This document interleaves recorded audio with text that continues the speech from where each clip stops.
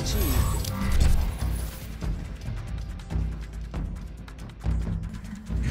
Welcome back to Kamikaze Overdrive, MMA Predictions. As always, I am your host, Cub Swanson, and on this episode of the show, we're breaking down the upcoming UFC on Fox 15 event, which will feature a middleweight main event between former light heavyweight champion Lyoto Machida and former Strikeforce middleweight champion Luke Rockhold, with the winner most likely getting a title shot in the future. I'll be giving you my main card predictions for the 4 fights that will be taking place in the main card. All of my preliminary breakdowns will be at kamikazeoverdrive.net, and it baffles me still that despite the fact that I always say that and always post or state that my preliminary predictions will be available at kamikazeoverdrive.net, there are still people out there who post in the things, if you're not going to do the prelims, at least give us some thought as to who you want to win. Well, here's the thing. I give a complete and utter breakdown and prediction on my website. Very comprehensive, so go there and read it. Rant over. As always, the bet packs will be available for $10. You can check out the prediction panel as well. They're doing some very good things there. And I will be doing another DraftKings competition, back to $10 in the DraftKings competition. 20 players, winner takes all, $180. So pretty solid competition. Well, hopefully we'll get a number of people signing up for this one. The last couple of events haven't exactly been popular events, definitely during the day, which makes it hard to get people interested, especially if they're at the work. So certainly, if you want to take a shot at DraftKings, click on any of the banners on my website and sign up there. It's really exploding. It's a lot of fun. You can win a lot of money and just have a good time nonetheless, even with your friends and family. Get them involved in competing. That's enough for me. We've got 4 fantastic fights, so let's get to that first breakdown. The first of our 4 main card fights takes place in the women's strawweight division. It's the number 8th ranked Felice Lil Bulldog Herrig, 10-5-0, battles number 10th ranked, the 12 gauge Paige VanZant, currently with a record of 4-1, and a lot of people anticipating the winner of this bout could very well be in line for a shot at the title. If not, they're putting themselves certainly on the cusp, especially with a dominant performance. Experience advantage overall coming into this matchup. Herrig, 15 pro fights to just 5 for VanZant. She's also had multiple fights in Bellator, plus her stint in Invicta, and her run on The Ultimate Fighter, so it's a lot of quality experience. VanZant was originally scheduled to be on The Ultimate Fighter, but she was too young to compete in the house because of the presence of alcohol and only being 20 years of age in the United States, where that is an issue. Also, the quality of opposition certainly favoring Felice. VanZant fought Tecia Torres, and in her debut against Kaylin Kern, while Herrig has fought former champion Carlos Esparza, also Tecia Torres, Heather Jo Clark, Lisa Ellis, Barb Honchak. She's fought a lot of quality competition. Physically, these two ladies are almost identical. Coming into this, Herrig, 1 win by knockout, 3 wins by submission. She's gone to a decision 11 times with a little concerning record of 6-5 for VanZant. 1 win by knockout, 1 by submission, and she's 2-1 on the judges' scorecards. The way I look at this fight, it's going to be incredibly high pace, lots of clinch and ground fighting, but it's going to be very exciting and certainly a candidate for fight of the night. Actually, I think it will be fight of the night. Herrig, in her last matchup, which was kind of indicative of how this one will go, she was taken down early on and nearly caught in a guillotine, actually nearly caught in a standing guillotine by her opponent, and had a very similar start in the Heather Jo Clark fight on The Ultimate Fighter, where she seems to stick her head in a little deep and her opponent can lock it up, and that's something she wants to be very careful of against a very savvy ground fighter like VanZant. And of course, she was submitted on the show by Randa Marcos on the ground by modified armbar. In her debut fight against Lisa Ellis, she was getting taken down several times, reversed, lost top position, and in that matchup, whenever Ellis was on the bottom, Felice was routinely allowing her to get her underhooks, which allowed her to reverse the position and turn things in her favor. Despite the fact that she got the better of the action on the mat, there were still some big gaping holes. If Felice is put on the ground, she will attack off her back, throws up a lot of triangles. Can either attack for the submission to finish or use it to sweep to mount. She'll also attack arms. She chains her submissions together very well. She's incredibly active off the ground, and she's a very good scrambler. When she's attacking, she eventually finished that fight by armbar. For VanZant, she comes from a very strong wrestling background. She's been wrestling since a very young age. She's also a BJJ blue belt and has an exceptionally good top game. She's very aggressive, and one big thing with her is her activity and her pace. She exhausts and overwhelms her opponents and just keeps pushing forward, keeps attacking, no rest, and showed in her last fight that she can go do it for pretty much a full 3 rounds. Look for her to clinch up and attack from there. She attacks with some very effective knees, high knees that can do a lot of damage, elbows, and she'll also look from takedowns from that close range position as well. She has a nice, dirty boxing game. Again, as I said, stays active. You'll hear me say that a lot. Lands strikes in small spaces.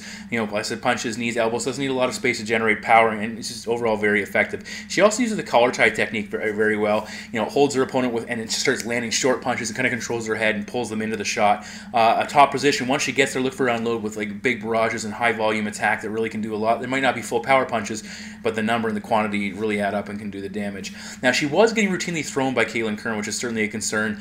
And, she tried to sweep, and she was able to get up quick. But again, in those situations, and she was taking it a lot in the first round, spent a lot of time on her back. You do not want to do that too often and too frequently, or else you will be in trouble against a good top position player.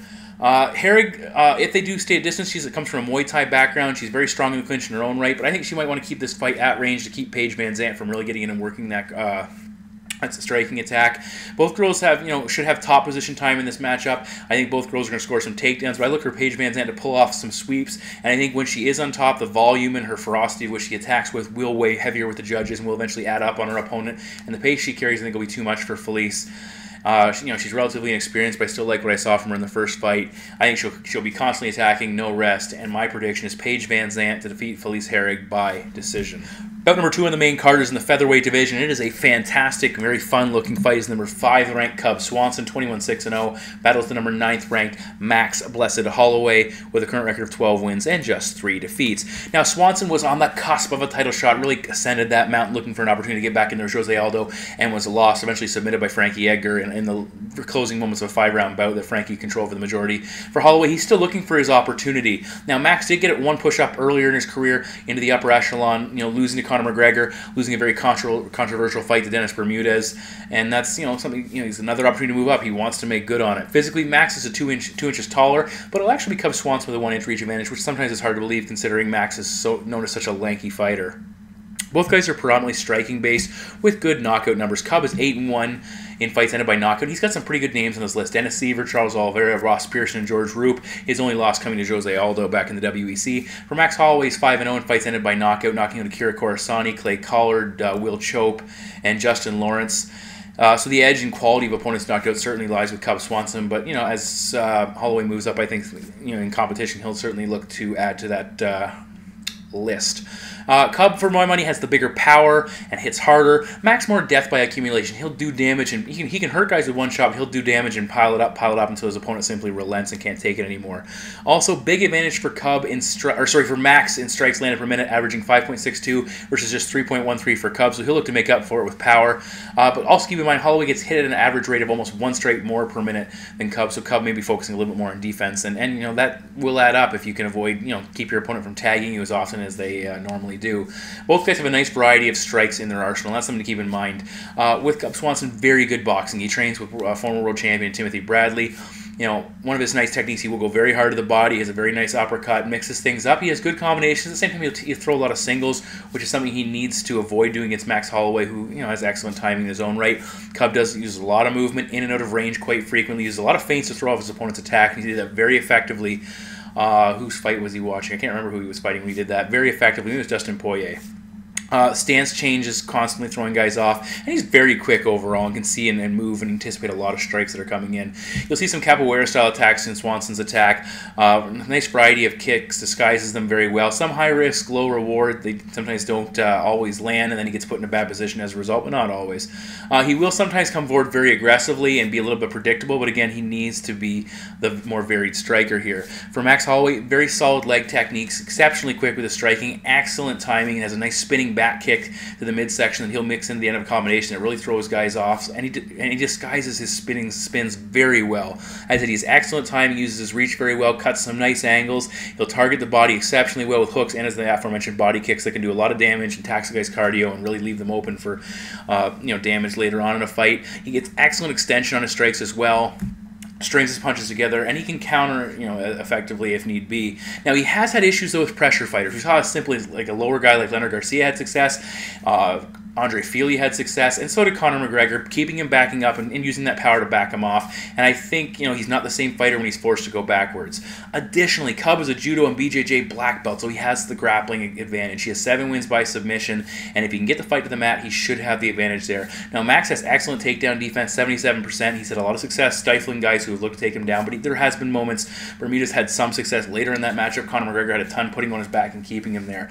One thing, though, Max lacks the offensive wrestling to really trouble Cub, and that's where an area he's had issues with in the past. And I think that's something, because he won't be as threatened by that, he'll be able to open up with his striking. Cub should have a speed advantage, I would think, and the power will favor him as well. Plus, I look for the grappling wrestling edge to be an effective weapon in his arsenal if he chooses to use it. As I said, Max isn't quite as effective when he's going backwards and when he's pressured, and he also isn't going to have the big reach advantage, which is something he uses very effectively, but when it's not there, it starts to show up a little bit. I really like Cub Swanson. He's fought at a higher level, and even though I'm a big fan of Max Holloway, my prediction is Cub Swanson to defeat Max Holloway by decision.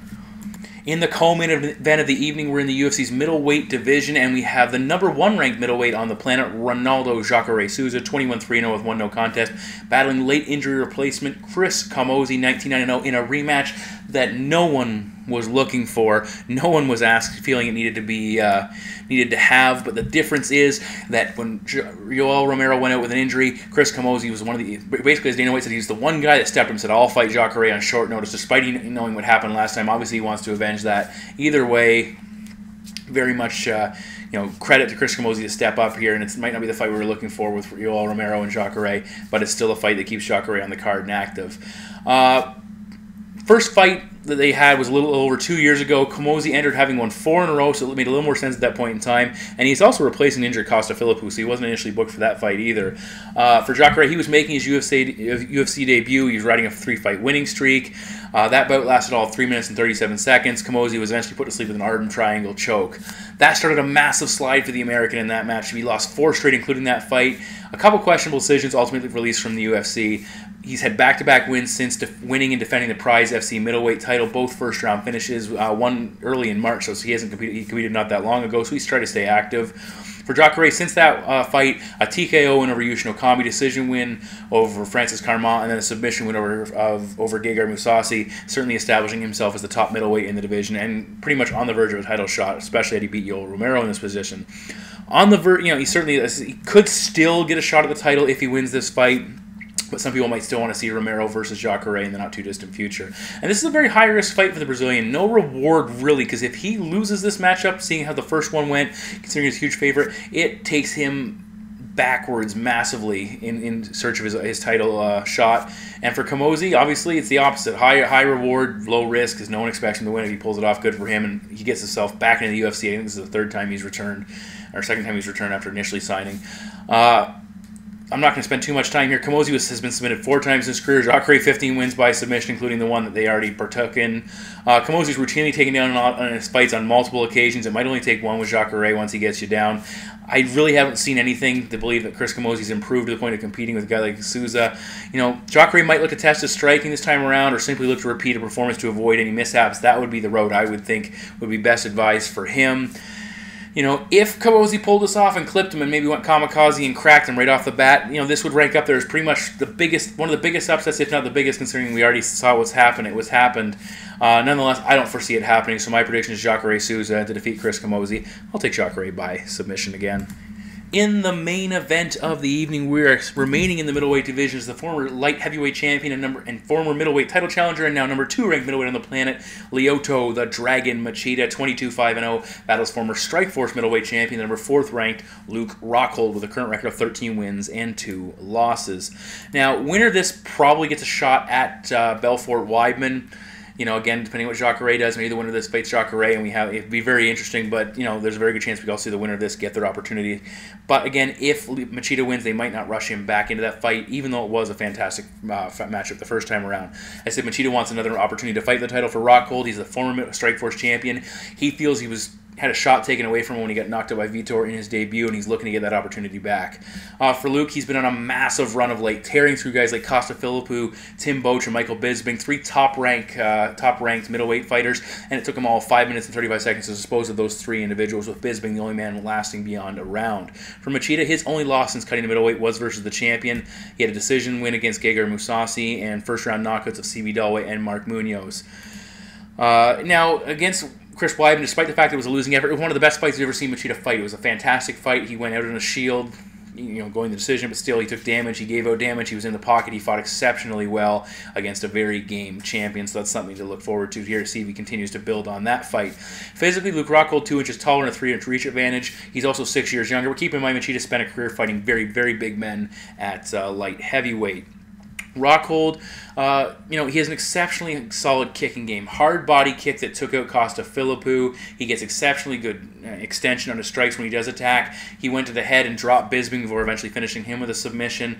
I said he likes to go to the body. He throws a nice switch kick, which keeps opponents guessing. He mixes up his strikes very well. For Machida, also a good kicking game. You look at his recent body of work. He took out Mark Munoz with a head kick. He stopped CBDO with an absolutely devastating kick to the sternum in the very early stages of that matchup.